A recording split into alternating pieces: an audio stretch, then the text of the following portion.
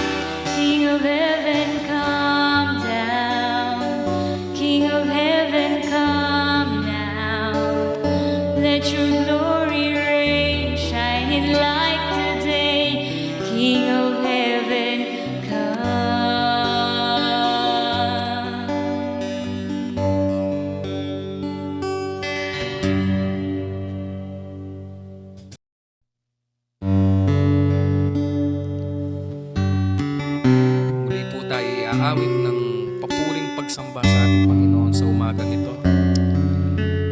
Hallelujah, Lord. You deserve to be praised.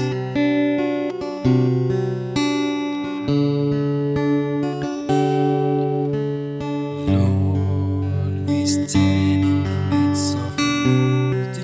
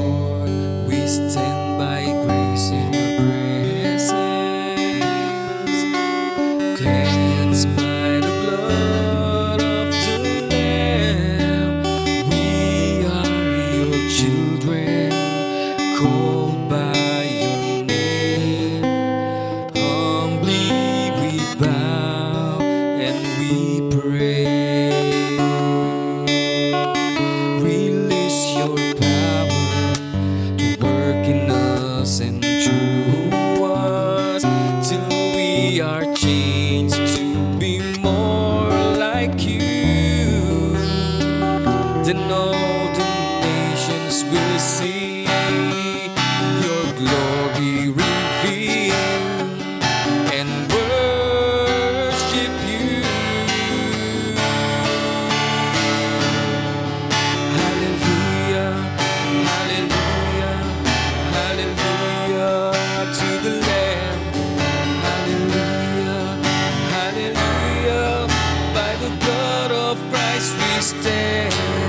Every tongue, every tribe, every people, every land, giving glory, giving honor, giving praise unto the Lamb.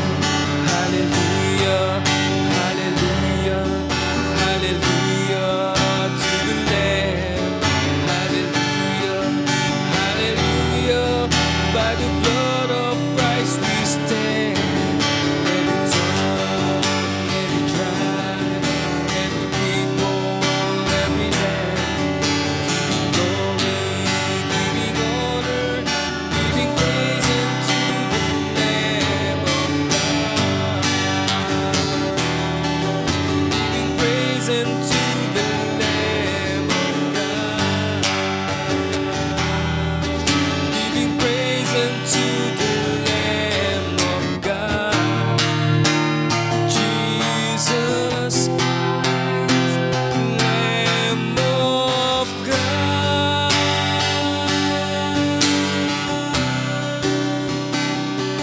Hallelujah, Lord. Praise to your name. We worship you, Lord. We glorify you. We give you the highest praise this morning, Lord. In Jesus' name we pray. Amen.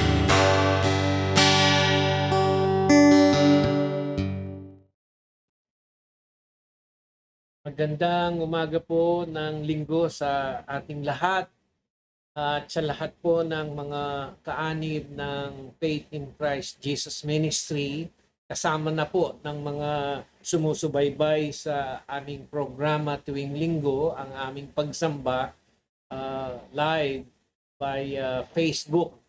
At yung replay po ay mapapanood ninyo dun sa YouTube ng Faith in Christ Jesus Ministry.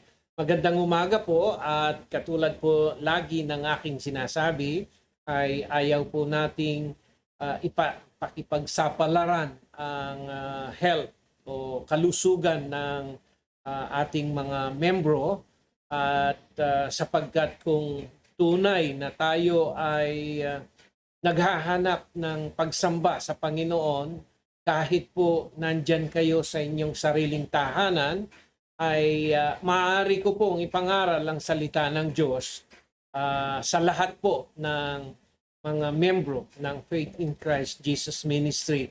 At akin pong inikayat ang bawat isa na i-share ang programang ito.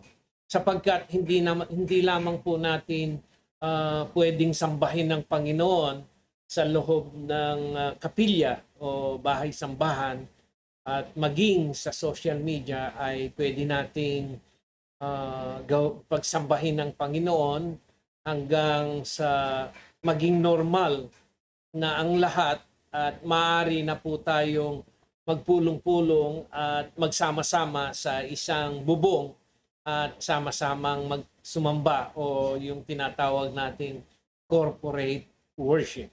Muli po, magandang umaga sa ating lahat. Katulad po ng naumpisahan natin nung nakarang linggo at atin pong ipinahayag na dahil ito ay buwan ng Disyembre, ay atin pong gugunitaing muli o i-celebrate ang Kapaskuhan. At nagpasimula po tayo ng serye ng pagtuturo at pangangaral patungkol sa Kapaskuhan at nagsimula tayo last Sunday at ang pamagat po ng ating mensahe nung last Sunday ay bakit kailangan nating ipagdiwang ang Pasko. At kaugnay nito, bakit po sa kabila po ng alam nating lahat na hindi Disyembre ang kapanganakan ng ating Panginoon, subalit patuloy nating itong pinagdiriwang sa araw ng sa buwan ng Disyembre. At ang katanungan po ay bakit? Well, ang atin pong pinaliwanag ay hindi po yung date na December 25 ang mahalaga, at ang mahalaga ay yung ang tagapagligtas, the Savior has come. Ang tagapagligtas po ay dumating dito sa mundo. Yan po ang ating ipinagdiriwang. Hindi yung araw. Ang ipinagdiriwang natin ay yung kapanganakan ng Mesaya o yung tagapagligtas. Hindi po mahalaga yung araw. In fact, pwede tayong magdiwang ng Kapaskuhan sa araw-araw o anumang buwan o anumang araw sa loob ng isang taon.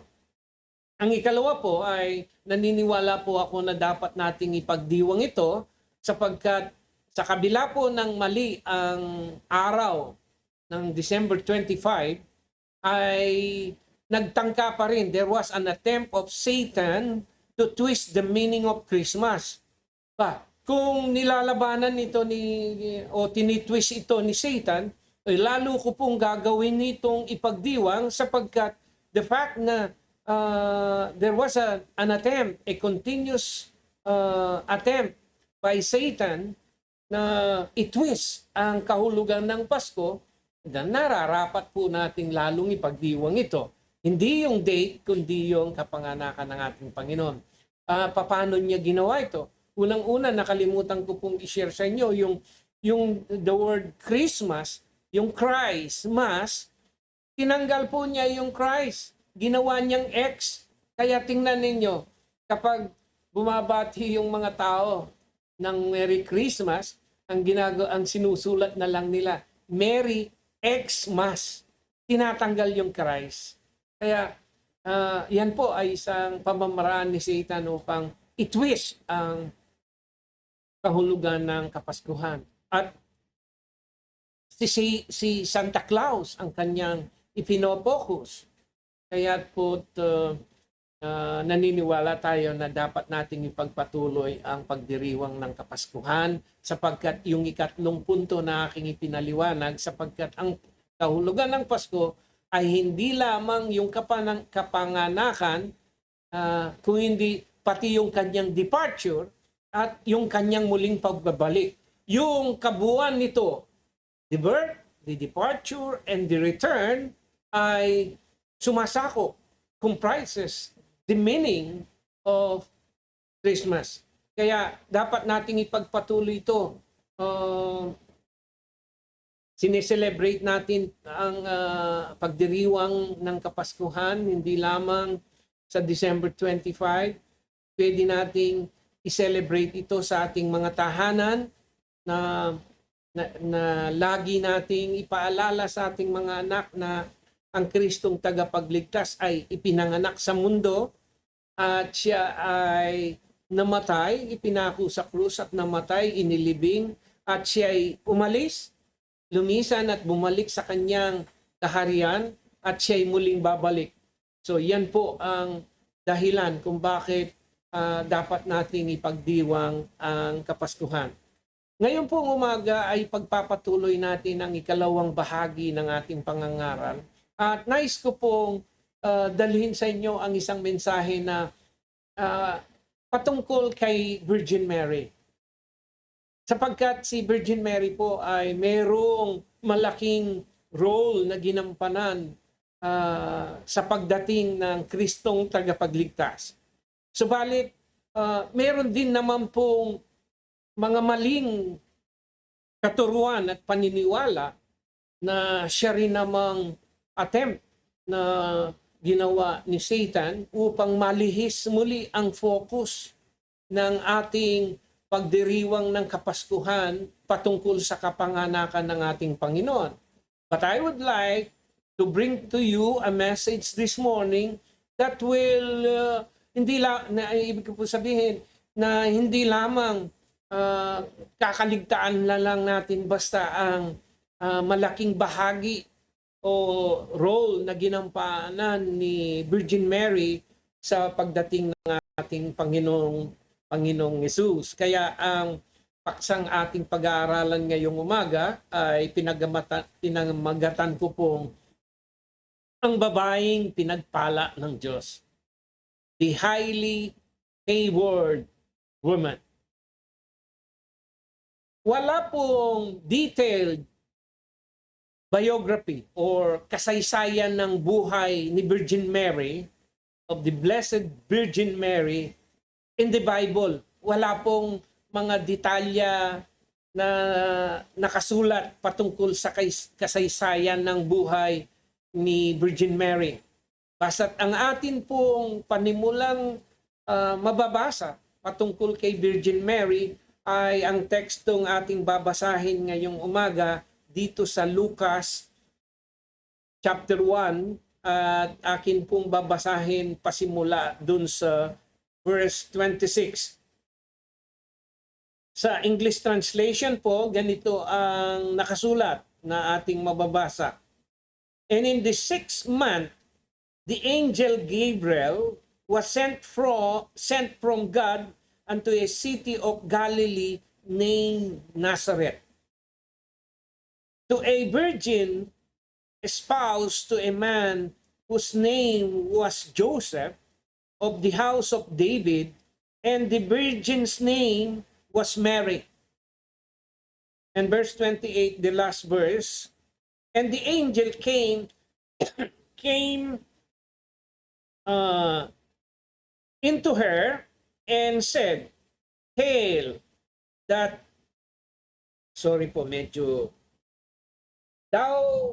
that art highly favored, the Lord is with thee, blessed art thou among women. So dito po sa verse 28 nating hinango ang paksa na ating pag-aaralan ngayong umaga. The highly favored woman.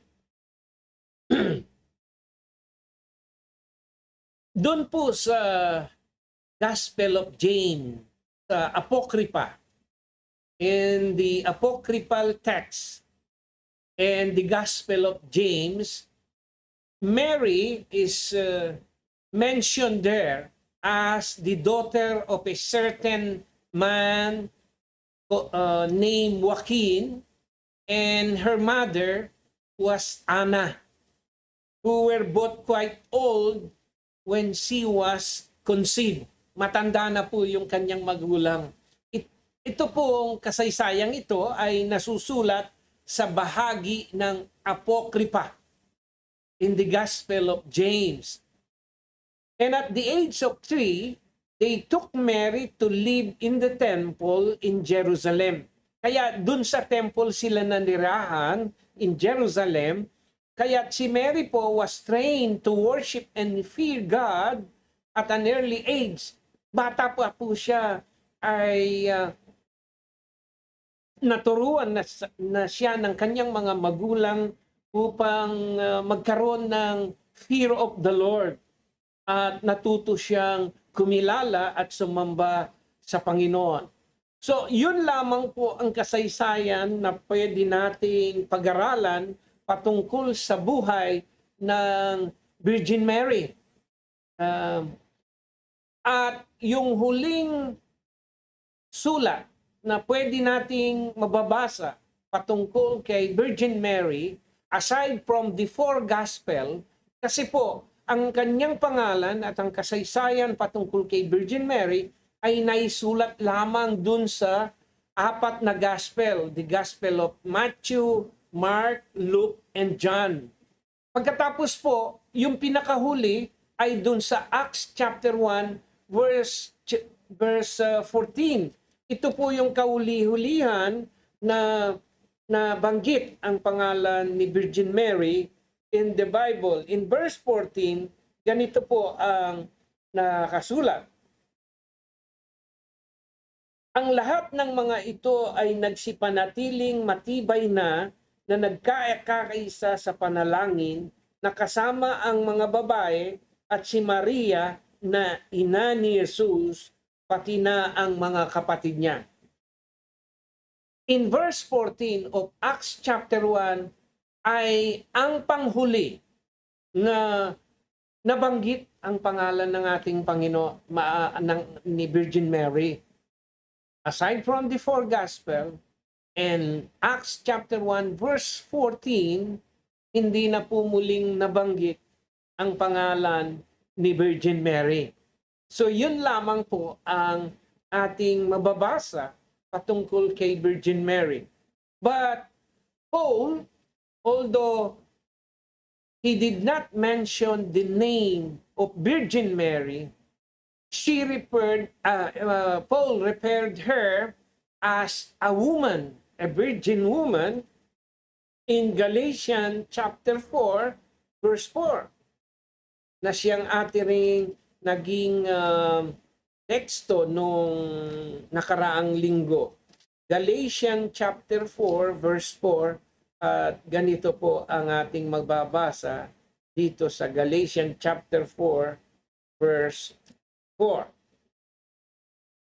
But when the fullness of the time was come, God sent forth His Son, made of a woman, made under the law.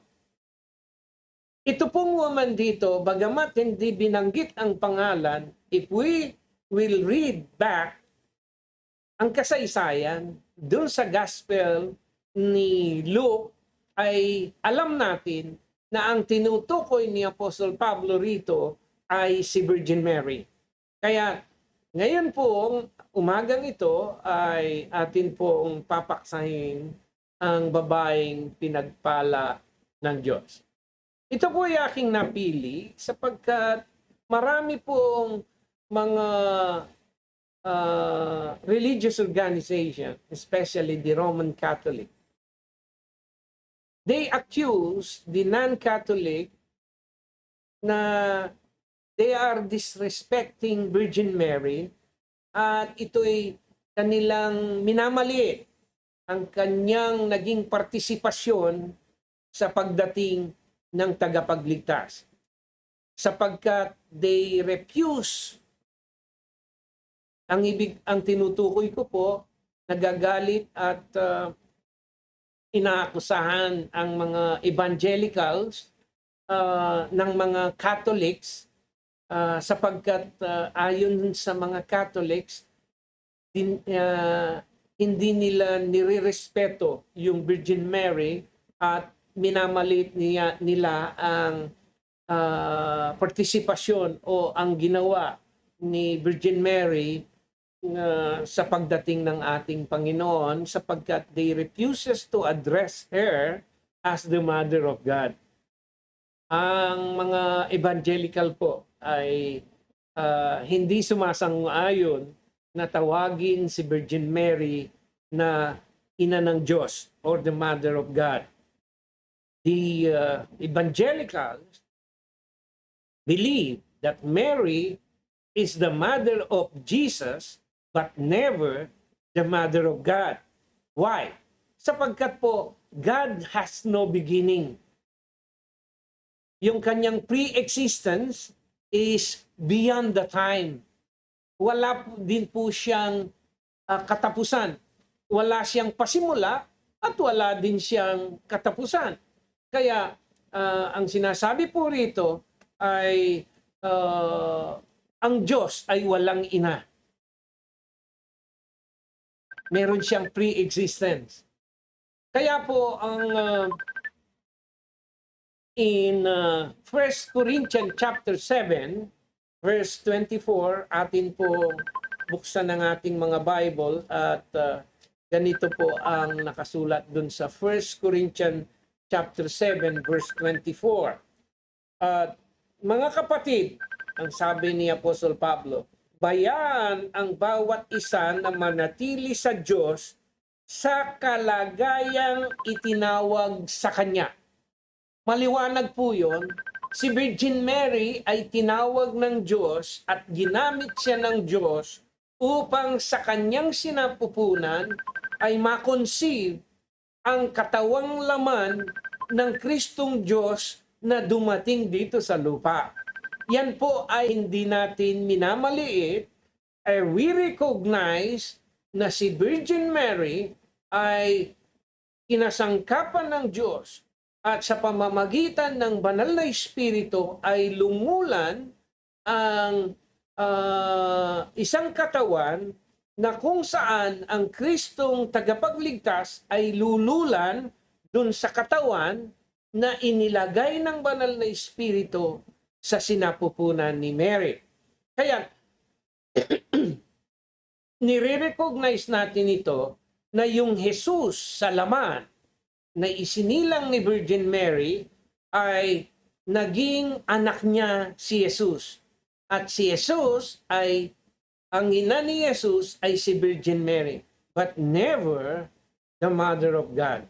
Sapagkat ayon dito sa 1 Corinthians chapter 7 verse 24, ayon kay Apostle Paul, huwag nating iangat ang kalagayan ng sinuman kasama si Virgin Mary sa kalagayang kung paano siya tinawag ng ating Panginoon.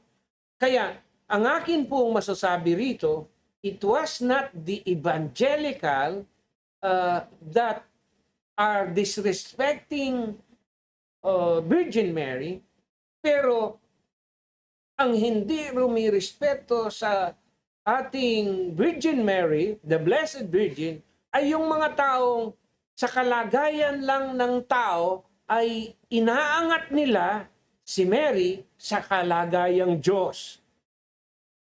Mabigat po yan. It is a big sin. I will not say a blasphemy, pero isa pong mabigat na kasalanan na ang isang tao na kinasangkapan ng Diyos, katulad nila Pedro, nila Pablo, at lahat ng mga apostol, ay iangat mo sa kalagayang Diyos. Hindi po tama yan, mali po yan. Manatili sila dun sa kalagayan kung paano sila tinawag ng Diyos. Si Pedro ay manatiling apostol na tinawag ng Diyos bilang maging apostol. Katulad din ni Pablo na tinawag ng Diyos bilang maging apostol, pero hindi sila pwedeng iangat sa kalagayang Diyos. Katulad ni Mary na kinasangkapan ng Diyos upang dalhin sa kanyang sinapupunan ang katawang laman ng Kristong tagapagligtas. Hanggang dun lamang po, hindi siya pwedeng iangat dun sa kalagayan na mataas, na kalagayan ng isang Diyos. Kaya, atin pong pag-aralan ngayon at ituwid yung mga maling paniniwala, maling aral, wrong belief, and doctrine about Virgin Mary, the Blessed Virgin Mary. Umpisan po natin yung isang maling turo patungkol kay Virgin Mary na ikinalat at marami po ang naniniwala dito, pero ito po'y napakalaking kamalian. Una, ang pagtawag kay Virgin Mary na Immaculate Conception. Yan po ang unang gusto kong bigyan ng diin na pag-aaralan natin ngayong umaga patungkol kay Virgin Mary. Immaculate Conception. If you will consider Virgin Mary as immaculate from the time she was conceived from the womb of her mother, then isa pong malaking disrespect kay Mary yan, sapagkat iniaangat natin siya sa isang kalagayang mas mataas sa kalagayan ng isang human being. Ano po ang kahulugan ng Immaculate Conception? Immaculate means sinless nature. Hindi siya nagkasala. Sinless from conception. From the time she was conceived by her mother, ay wala siyang kasalanan until her death hanggang siya'y mamatay. Ngayon, ang ibig din pong sabihin niyan, Immaculate Conception means exempted from the original sin inherited by all and every human being dun sa ating mga ninuno, kay Adan at kay Eva. Ang lahat po ng tao na isinilang sa mundong ito ay dumaan dun sa kalagayang sinful nature because we inherited the nature ng kalagayan ni Adan at ni Mary when they disobeyed God. Yung fall na nangyari dun sa Garden of Eden. But on December 8, 1854, remember the day, December 8, 1854, Pope Pius IX. Pope Pius IX, on December 8, 1954, proclaimed the doctrine of Immaculate Conception. Yun pong titulong Immaculate Conception ay nagsimula lamang po noong 1854 by Pope Pius IX. So, simula noong 1854 ay ipinagdiriwang every December 8 ang Immaculate Conception. Kaya noong December 8, holiday. Pero yan po ay deklarasyon at proclamation lamang na ginawa ng Papa noong December 8, 1854, but never written or recorded in the Bible. What does the Bible say or teaches? Umpisahan po natin dun sa Romans chapter 3, verse 23. Ang sabi po ng Bible, "For all have sinned and fall short of the glory of God." Lahat daw po ay nagkasala at hindi umabot sa pamantayan ng Diyos. Wala pong exemption.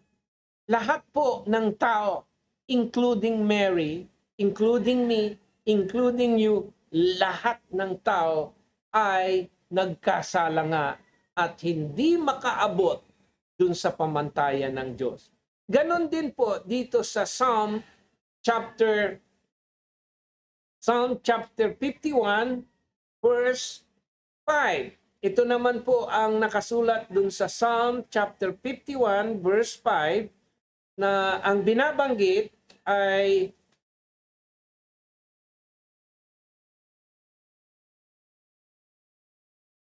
"Behold, I was shapen in iniquity, and in sin did my mother conceive me." Narito, ako'y inanyuhan sa kasamaan at ang sa kasalanan ay ipinaglihi ako ng aking ina. So nandun pa lang po tayo dun sa sinapupunan ng ating ina, tayo'y ipinaglihi na sa kasalanan. At habang tayo ay lumalaki, dun pa lamang sa sinapupunan ng ating ina, tayo ay nahuhubog na. Inaanyuan na tayo sa kasalanan o sa kasamaan. So, nung isilang ka, lahat ng tao ay nagkasala nga at hindi umabot sa pamantayan ng Diyos. Yan po ang sinasabi ng Bible.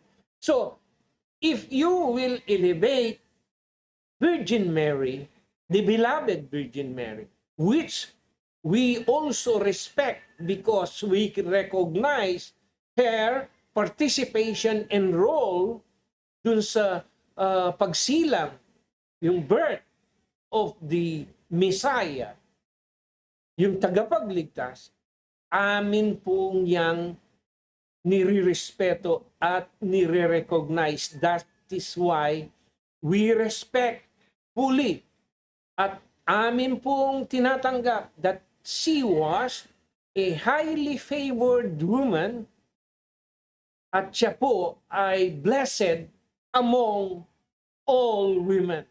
But kabilang din po siya dun sa mga taong kasi napupunan pa lamang ng kanyang ina, siya na po ay hinubog sa kasamaan at siya po ay itinuturing din pong makasalanan. At ito po ay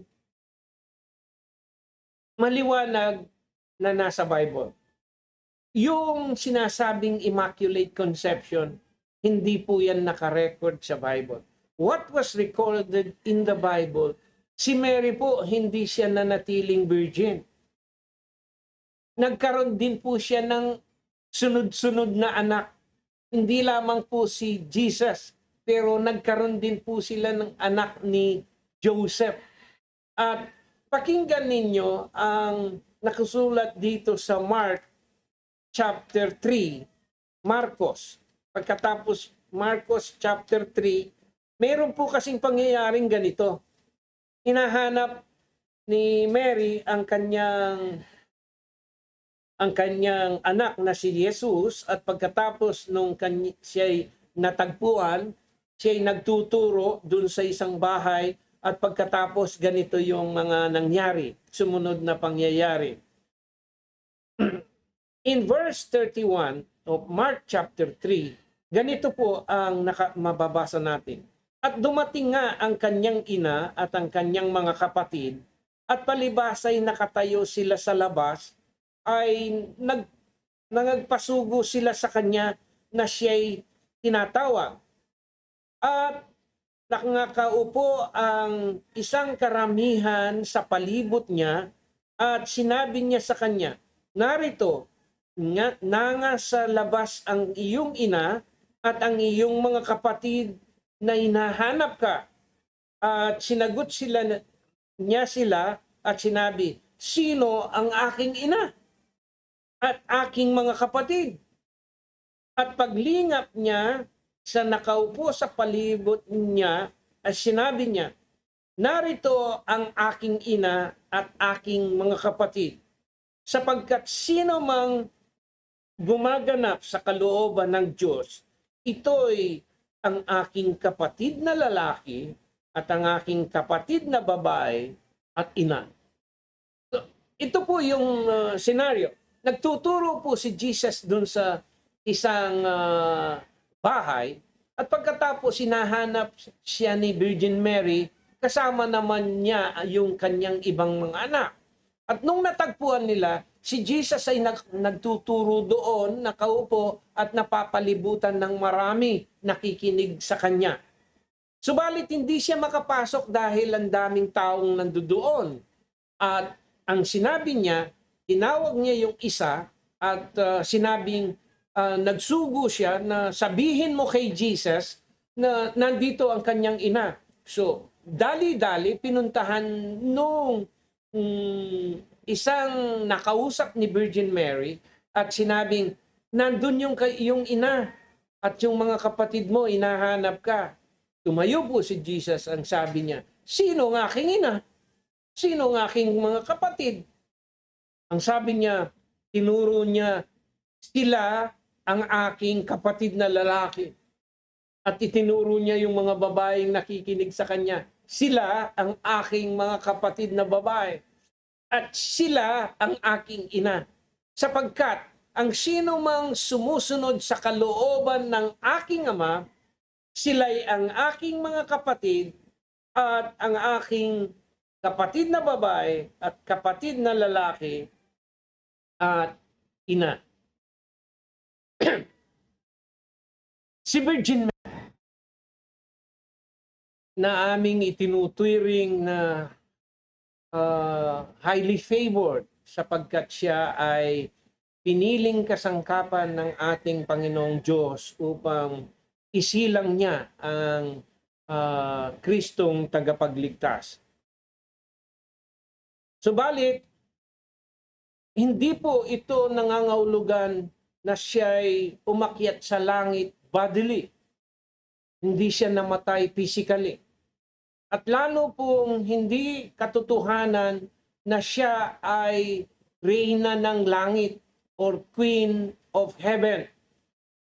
Kailan at papaano nangyari na si Virgin Mary ay itinuring na umakyat sa langit in bodily form at hindi siya namatay physically, at bakit siya tinawag na Queen of Heaven? On November 1, 1950 po, Pope Pius XII, yung una po dun sa Immaculate Conception, isang papa na pinili niya ang titulong Pope Pius IX. Ito naman po, in 1950, November 1, Pope Pius XII, a proclamation and confirmation of dogma, yung Queen of Heaven, the Queen of Heaven, ay kanya pong idineklara at ito ay ginawang decree. At simula noon ay itinuro sa lahat ng mga simbahan na si Virgin Mary ay umakyat sa langit sa physical na katawan at hindi siya namatay physically, at pagdating niya sa langit, siya doon ay tinaguriang the Queen of Heaven. Kaya po, this doctrine teaches that Mary was glorified in heaven and she was exalted by the Lord as Queen of Heaven. Ang ibig pong sabihin, hindi ka makakapunta dun sa langit kung hindi ka dadaan kay Mary. Alam po ba ninyo, nung nakaraang Sunday ay akin na rin pong itinuro. Yung pong Queen of Heaven, hindi naman po nag-originate noong 1950 by the declaration of Pope Pius XII. Yung Queen of Heaven, ang original title na yan ay kay Semiramis, ang asawa ni Nimrod, na siya po ang gumawa ng Tower of Babel sapagkat gusto niyang marating ang heaven. Nung siya'y namatay, ay itunuring ni Semiramis na kanyang asawa na siya yung Queen of Heaven. Kaya doon po nagsimula yung Holy Family. The Father, the Mother, and the Son. Kaya, kasi nagkaroon si Semiramis ng anak na ang pangalan ay Tammuz. Kaya po nung Desert Storm, yung mga missile na pinapuputok ni Saddam Hussein, meron pong pangalan yon, Tammuz. Dahil sa Babylon po nangyari yung nanggaling si Nimrod. So, it is not Mary. Hindi po si Mary ang merong original title na Queen of Heaven. It was Semiramis. And then, dun sa Gate of Heaven, yung title na ito ay also ibinigay kay Mary because she is declared as the Queen of Heaven. Kaya yung Gate of Heaven na title also was given to her. No one can enter the kingdom of God without passing through her. Yan po ang turo. Kaya dun sa rosary, sa Kapampangan po, di ba? Merong Torre ni David, idalangin mo kami. Pinto ng langit, ipanalangin mo kami. Dun sa Kapampangan po, Pasbulking Banwa, ipanalangin mo kami. Yung Pasbulking Banwa o Pinto ng Langit is a title given to Mary. That's why, in effect, dun sa rosary, you are Mary.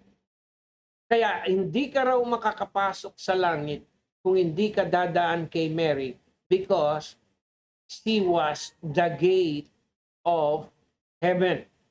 Ano po yung itinuturo ng Bible? wala pong record in the Bible about Mary's death nor her assumption bodily. Wala po nun. Wala pong record na kasi nga po natapos yung kwento ng kanyang buhay dun sa Acts chapter 1 verse 14. But definitely, as any human being, si Mary po ay namatay physically. Although wala din po siyang record na siya ay umakyat sa langit. Like Jesus in Acts chapter 1. Dun sa Acts chapter 1 kasi, nakita si Jesus in bodily form, umaakyat sa langit. Kaya yung mga taong doon, merong anghel na nagsalita doon, bakit kayo na nakatingala sa langit? Sabi doon sa Acts chapter 1. Ang Kristong nakikita ninyong umaakyat sa langit ay makikita rin ninyo siyang bababa katulad nung kung paano siya umaakyat. Wala pong record na ganyan kay Mary na siya'y umakyat sa langit sa katawang panlupa. At sa katunayan po, wala pa pong nakarating sa langit up to this time. Lahat po ng mga taong namatay ay nandoon sila sa Hades at saka doon sa paradise, doon sa ilalim na kung saan ay bumisita si Jesus nung siya'y yung 3 days na siya'y namatay physically. Kaya si Jesus po doon sa langit, umakyat siya doon and He's preparing a place for every Christian, every believer. At siya'y muling babalik dahil ipinaghahanda niya tayo ng magtirahan doon sa langit. So, una, mali po yung turong Immaculate Conception. Ikalawa, mali din po yung turong the Assumption or Queen of Heaven and Gate of Heaven. Yung pangatlo po, yung pinakahuli, siya rin po ay idinaklarang co-mediatrix, co-redeemer. Mabigat po ito. Kasama daw siya na mediator. Pero ang sabi ng Bible, there is only one mediator between God and man, the man Jesus Christ. Ang deklarasyon pong ito, ginawa siyang co-mediatrix. And also, ginawa rin po siyang co-redeemer or co-redemptrix. In 1993, dun sa Marian Conference, a professor of theology named Mark Mirabaglie ay nag-initiate ng isang petition, a petition drive asking Pope John II to make an infallible statement decreeing that will officially elevate Mary to the status of co-redeemer. Ayan po ang nangyari in 1993. Nagpetisyon po, nagpa-signature si Mark Mirabaglie during that Marian Conference na iniling nila kay Pope John II to make an infallible statement and a decree that will officially elevate Mary to the status of co-redeemer. So hindi na po iisa ang redeemer ngayon. Hindi na isa ang tagapagligtas. Para sa kanila, dalawa na ang tagapagligtas. Jesus Christ and Mary. So yan po ay napakalaking kasinungalingan. And this means Jesus alone cannot save. You have to pass also to Mary to be saved.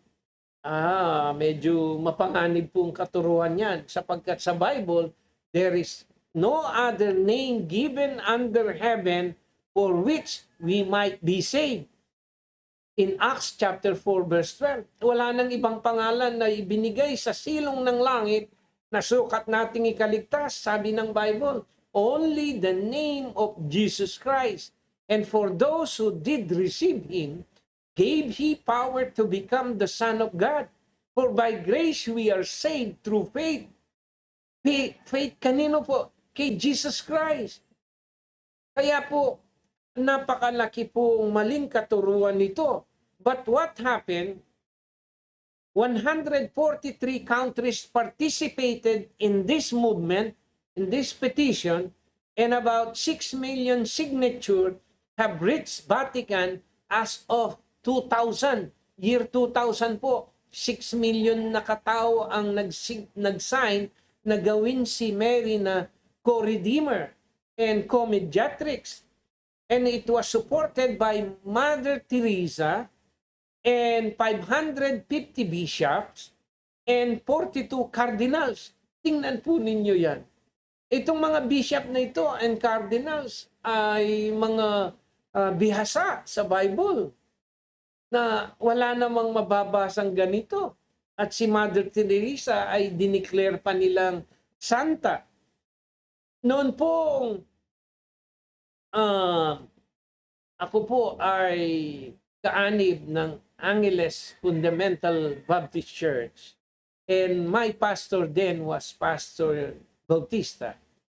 And he was training us. Dalawa po kaming tinitrain niyang sa pangangaral.